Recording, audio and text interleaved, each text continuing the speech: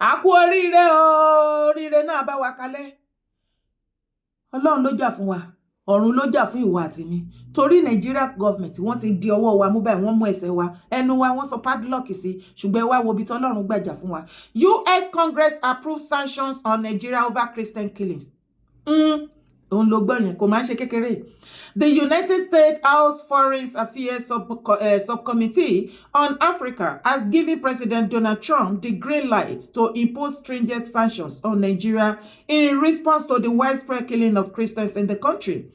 The decision followed a congressional hearing on Wednesday, March 12, during which lawmakers condemned the Nigeria government for failing to protect Christian community for escalating violence. The committee also cited a 2024 report by the Observatory for Religious Freedom in Africa, which revealed that Nigerians accounted for 90% of all Christians killed worldwide each year. It has been Nigeria government all this while. Abalajo tó jẹ́ pé bó ṣe pa wá innocently, Nigeria government oriru, both the past and the present. So it has been Nigeria government ló sponsor killing of Christians all over the world. Jesus Christ.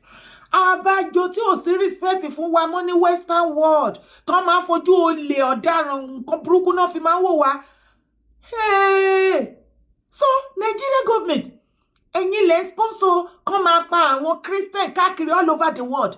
Ẹ̀yin ni. Jesus Christ. Kí ló dé?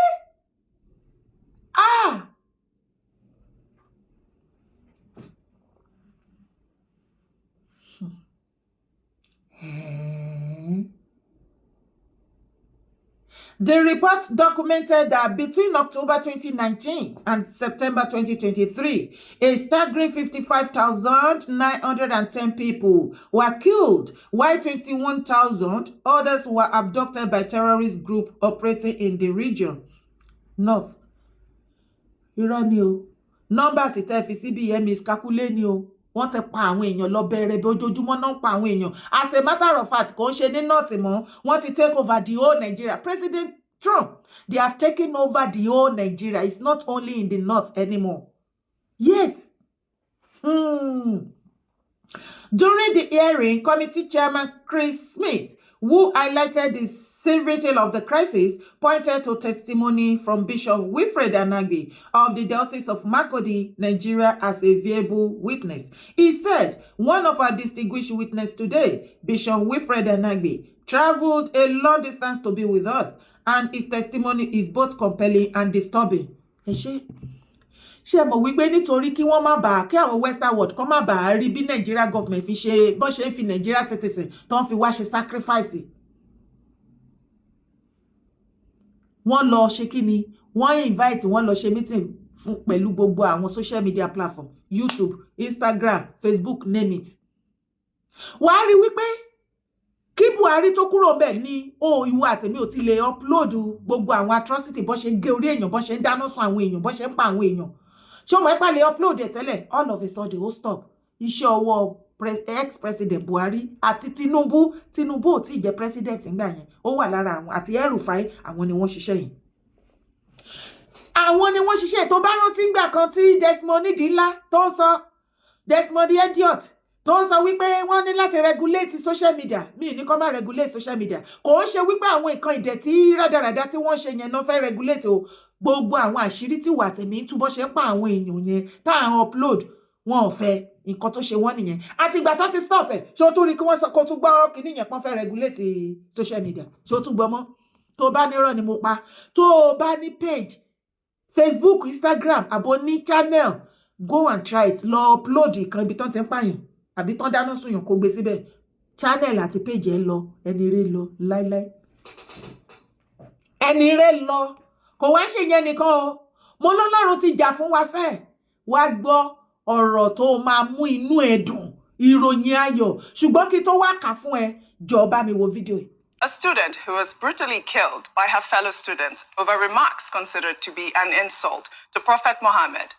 Deborah was a level 2 student of Shehu Shagari College of Education in Sokoto State. She was said to have been engaged in a debate with some of her classmates over an upcoming exam When she was questioned about how she passed her exams, Deborah responded that it was because of Jesus. She was then urged to retract her statement and to apologize, but she declined, stating that the group wasn't created for religious posts, but rather served as a notice for when exams are due, while following threats to her safety.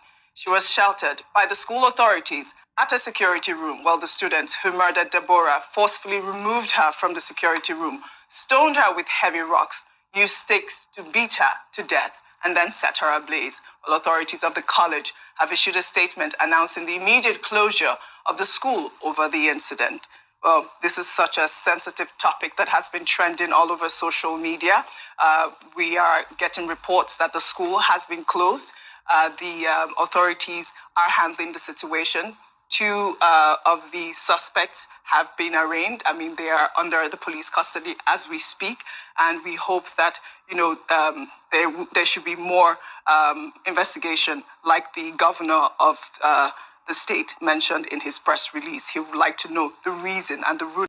Sori bó ṣe pa Deborah lẹ́nu ìgbà tí ọ̀rọ̀ ìjà ẹ̀sìn tó bẹ̀rẹ̀ sí ní fẹ́ máa ṣẹlẹ̀ tó ń rú nílẹ̀ Yorùbá, ìjọ mọ́yé mùsùlùmí tó ti sọ̀rọ̀ òdì sí Allah, sí Mohammed, ìjọ mọ́yé kìrìsìtẹ́nì tó ti sọ̀rọ̀ òdì sí Ọlọ́run lórí ìwà tí gbogbo wa jọ ń rí tí ọ̀pọ̀lọpọ̀ religious leaders tí wọ́n ń wù. Ìjọ wo lórí tí mùsùlùmí sọ̀rọ̀ sí Allah àbí Mohammed tí wọ́n ní kọ́lẹ̀ lóko tó ró sọ blasphemy pẹ̀lú gbogbo nǹkan tó ní kálukú ń sọ sìn? Dúró wá gbọ́ ibi tí Ọlọ́run ti ń jà fún wa, a kú oríire. Wá gbọ́ nǹkan tí àwọn ará Amẹ́ríkà sọ tó fẹ́ ṣe pẹ̀lú Nigerians and Nigeria government. Ẹ ti wo ọ̀jọ̀gbọ́n Nigeria government, ojú yín máa bó. Ṣé ní kàníyín ni Bàbá Tinubu? Militant Fulani herdsmen are terrorists.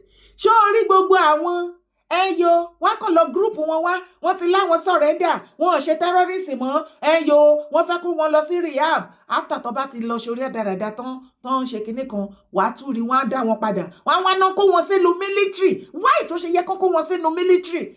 Ṣé ìwà shortage ni? Àwọn èèyàn pọ̀ yanturu ní Nàìjíríà. Kí ló dé tó jẹ́ pé the same àwọn apààyàn yẹn lẹ wá kó wọn bọ́ aṣọ tó fi pààyàn kúrò, ẹ wá kó uniform sí wọn lọ́rùn, ẹ wá fún wọn ní babalá power àti weapon wípé òkè tẹ́lẹ̀ ẹ máa ń hide láti ṣe àti sọ yín dọmọ́sìn, ẹ kúkú máa ṣe abẹ́ bá ṣe fẹ́. Àwọn náà wá ya wèrè. Ìjọ wo lórí tí Nigeria government come out láti declare militant Fulani herdsmen tí wọ́n láwọn ò ṣe terrorism mọ́, tó declare wọn terrorist, yet àwọn ló máa rí ní gbogbo checking point with uniform tí wọ́n operate sìn tó ń pààyàn. Ṣùgbọ́n ìròyìn ayọ̀ ti dé fún ìwà tèmi.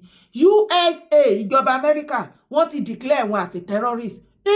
Bí Nigeria government bá láwọn ò ní declare wọn as a terrorist, US ti declare wọn as a terrorist. Àwọn wo ni Nigeria government ń declare as a terrorist? Àwa ajìjàgbara, àwa freedom fighter, àwa ni Nigeria government ń declare as a terrorist. Ṣé bẹ́ẹ̀ gbọ́ lẹ́nu ọjọ́ mẹ́ta yìí Simon Ekpa wọ́n ti declare as a terrorist. Ṣùgbọ́n àwọn tó ń terrorize Nigeria gangan, they are not terrorists lọ́dọ̀ Nigeria government. You are a failure of Nigeria government, and ó tiẹ̀ ti wá dá tí gbogbo àgbáyé ti wá rí yín tán níyì báyìí tí yín ti bá yín Nigeria government. Ẹ wá máa gbọ́ lọ. USA said militant Fulani herdsmen are terrorists. They steal and vandalize. They kill and boast about it. Sherani. They kidnap and rape. Sherani. And they enjoy total impunity from elected officials. Sherani. None of them have been arrested or brought to justice. Lies or truth? Oh. Ṣé gbogbo nǹkan tẹ́ ẹ fẹ́ kí gbogbo àgbáyé mọ̀, tẹ́ ẹ lọ disturb wa, tẹ́ ní kó má jẹ́ ká upload ẹ̀, ọ̀pọ̀lọpọ̀ ká má lè sọ mọ́. Ìjọba US ti padà rí o, wọ́n sì ti padà mọ̀, ojú tì yín o. Ìjọba US gan ló sọ fún wa wípé militant Fulani herdsmen are terrorists. They steal, wọ́n jí nǹkan. Orí fídíò àwọn ọkùnrin ọmọ kékèké méjì tí wọ́n wọnú family house tí wọ́n tún ní ID card o. Bọ́n ṣe ń jalè kiri nìyẹn, wọ́n á tún para lé. Orí brọ́dà wa kan tí wọ́n wọlé ẹ̀ tó fẹ́ gbéyàwó àtọmọ lọ tó sáré fi ra ẹ̀jìn. Bó bá páàkì mọ́tò ẹ̀ síta kó tó dé, wọ́n ti yọ mirror lọ, wọ́n ti vandalize, wọ́n ti ṣe oríṣiríṣi. kò sí justice fún wọn ṣùgbọ́n àwọn Americana àwọn ni wọ́n sọ báyìí sí nǹkan tó ń ṣẹlẹ̀ exactly làwọn gan sọ congratulations to us. Americana sọ wípé àwọn militant Fulani herdsmen yóò dey steal and dey vandalize wọ́n máa ń pa wọ́n á tún máa bóòsì lé lórí tó bá pààyàn ṣérọ́ ni wọ́n tún ní they kidnap and rape ṣérọ́ ni gbogbo àwọn tẹ́ máa ń rí tó máa ń kidnap yẹn wọn kò lè délé ròyìn òjò tó pàjẹ́ lóru ni tó bá délé kò ní lè sọ àtọkùnrin àtobìnrin wọ́n ti bọ̀bọ̀ rí bọ̀bọ̀ wọ́n ti wà affected má jẹ́ kan kidnap ẹ̀ òun ni gọ́ọ̀mẹ̀ntì America sọ pé they kidnap and rape and they enjoy total impunity from elected officials àwọn leaders gọ́ọ̀mẹ̀ntì Nigeria wọ́n fún wọn ní wọ́n dọwọ́ bò fún wọn wọ́n fún wọn ní protection. Nigeria government is a failure both the past and the present and idiot tó ń bọ̀ in future. The whole wide world ti mọ̀ wípé failure ní Nigeria government because how do you expect a normal government tó jẹ́ wípé báàlà wọ́n interview ẹ̀ ó ní àwọn Fúlàní tó ń kidnap tó ń pa àwọn Nigerians they are not Nigerian citizens ṣé kò wá fi rọrùn fún wọn láti clear wọn off láti pa wọn láti protect citizen yín ṣùgbọ́n wọn wọ́n pa àwọn citizen yín lábẹ́ yín àwọn Fúlàní tí ò ṣe ti Nàìjíríà tẹ́ sọ fúnra lára yín ẹ̀yin á fún wọn ní support ẹ̀ fún wọn ní protection àwọn tí wọ́n bá hàn léèmọ̀ èyí tó bá gbé ara ẹ̀ lọ tó jẹ́ victim tó lọ report fọlọ́pàá òun náà tó máa jìyà. Is that a country tá a ní government aráàlú ẹ ti kó wa láyé àjẹ kò sẹ́nibọ̀dì tó rẹ́dí àti bọ́ síta láti jà fẹ́ anything because ẹ ti mú wọn ẹ ti sọ kí ìsẹ́nu wa áńkọ̀fù lọ́wọ́ àti lẹ́sẹ̀ ẹ wá ṣe bí wèrè ẹ rò wípé gbogbo àgbáyé ò rí yín ọ̀bì yín ẹ wọ ẹsẹ̀ ayé yín. Very soon every other country á bẹ̀rẹ̀ sí ní avoid the Nigeria leaders wọn ò ní máa invite yín sí gbogbo international meeting tí wọ́n pè yín sí ẹ ní ríbi kankan lọ because wọ́n ní láti sá fún yín ọ̀daràn ni yín apààyàn ni yín. Wọ́n tún continue wọ́n ní none of them have been arrested or brought to justice ṣebí nǹkan tí wà tèmi sọ nìyẹn wọ́n ti parí síbẹ̀ o wọ́n ní make no mistake o these attacks are religiously motivated wàláhì àwọn Americana ti sí finish gbogbo kìíní ọlọ́run ṣeun.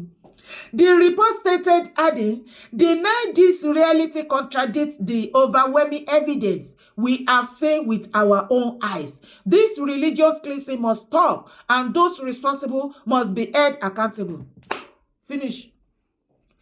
America government ń jẹ́ kó yé wa wípé ẹ̀yin Nigeria government o ẹ ò lè sọ wípé irọ́ ni torí wípé rìpọ́ọ̀tì tí ó wà níwájú wọn tó wà lọ́dọ̀ wọn àti tí àwọn fúnra lára wọn tí wọ́n fojú ara wọn rí ó ti wà overwhelming.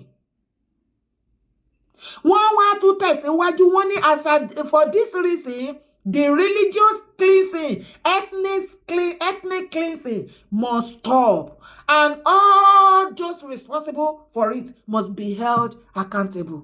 Ojú ìyá yín máa bò. Látòrí president ni tó ti dórí councillor àwọn ọba náà wà ńbẹ̀ o ẹ má yọ àwọn monarch wa o gbogbo monarch Nàìjíríà pátápátá gbogbo wọn wà ńbẹ̀. Ẹ má bínú nílẹ̀ Yorùbá àwọn kábíyèsí wa wọ́n láwọn ni wọ́n ń ṣe àti àwọn baálé àwọn ni wọ́n gbàbọ̀dé Fúlàní herdsmen tó ń pààyàn àwọn ni wọ́n gbàbọ̀dé ẹ̀ àwọn náà ni màálù ẹ wá kó wọn lọ nídìí wọn mọ́ kò jù bẹ́ẹ̀ lọ. The congregational panel strongly criticized the Nigeria government for failing to address religious motivated violence despite constitutional protections for religious freedom. Ọ̀ọ́bí Bàbá Tinubu ẹ pẹ̀lẹ́ ẹ ǹlẹ́. Expressing concern that Nigeria's judicial system had been weaponized to suppress Christian communities. The lawmakers cited cases where blasphemy laws have been used to target religious minority. Sharia. Sharia ni. Tàbá wá sọ wípé ẹ má jẹ́ àgbà Sharia láàyè nílẹ̀ Yorùbá. Ẹ mọ̀ wípé tèrò là ń wí fẹ́rò èrò dájí èrò tètè gbé bí màmá mi fún Lọ́lá Ìdíjẹ ṣe máa ń sọ tèrò là ń wí fẹ́rò à ń sọ pé ẹ má gba Sharia láàyè ẹni Sharia yẹn lẹ fẹ́ torí ẹ jẹ́ mùsùlùmí kò sí wàhálà tó bá délẹ̀ ó kù ẹni tó fẹ́ fi Sharia mú mi àyà mi Christian kí ló kàn mí pẹ̀lú tiyín ìbẹ́yìn lẹ máa jìyẹ. Ọlọ́run ṣeun o Olúwa ṣeun o ẹ bá wa mú gbogbo wọn, ẹ má jẹ́ kó wọ Amẹ́ríkà mọ́ àtọmọ wọn, gbogbo fámìlì wọn, ọmọ wọn, ìyàwó wọn, everybody fámìlì wọn tó wà ní US, ẹ bá wa dá wọn padà sílé, ẹ dá wọn padà sí Nàìjíríà, ẹ má jẹ́ kí wọ́n rí visa gbà mọ́, ẹ kúkú ti tilẹ̀kùn mọ́ wọn àti Canada, ẹ má jẹ́ kẹ́nìbọ̀dì wọn wá sí Canada wá sí Amẹ́ríkà, ẹ̀yin ti Europe do the same thing, kójú gbogbo wa jọ bó ṣẹlẹ̀ ìyá wèrè ni. Ọlọ́run ló jẹ́ yìí o, wọ́n sanction Nàìjíríà, wọ́n ready àti bring àwọn terrorist sponsorer láti bring wọn to book. US government padà realize pé Nigeria government wà lára àwọn tó ń shelter, tó ń shield, tó ń protect àwọn terrorists tó ń pa Nigeria masses. Ẹ̀rọ ayé yín, ẹ stop wa ká má gbé jáde, ṣùgbọ́n ẹ wo ibi tọ́lọ́run gbà gbé jáde. Ọ́bì yín, bàbá Tinubu, ọ̀rọ̀ tó wà lẹ́yìn, kò sí wàhálà. Ẹ jẹ́ dánu dúró bí. Má gbàgbé láti fi comment ẹ sábẹ́ fídíò yìí. Sì má gbàgbé láti bá mi like page channel mi, bá mi support, bá mi subscribe síbẹ̀, support my brand mi lè dá ṣe. Thank you for supporting me. Gbogbo ẹ̀yin tẹ́ ti support mi, ní dálẹ̀ ayé ṣe mo mọ̀ lóore o. All my beautiful fans all over the world, all my beautiful lovers, my wonderful fans all over the world that love my shows, that appreciate my shows, my little contribution that supported me financially, by sharing my show, commenting, love, like, and everything. Those of you that called me and appreciated me and also try to encourage me more, I appreciate every one of you. God bless you. Ilẹ̀ Yorùbá jọ gbé wa o, kò ní gbọ̀dálẹ̀ àárín wa o. Great Yorùbá land, great.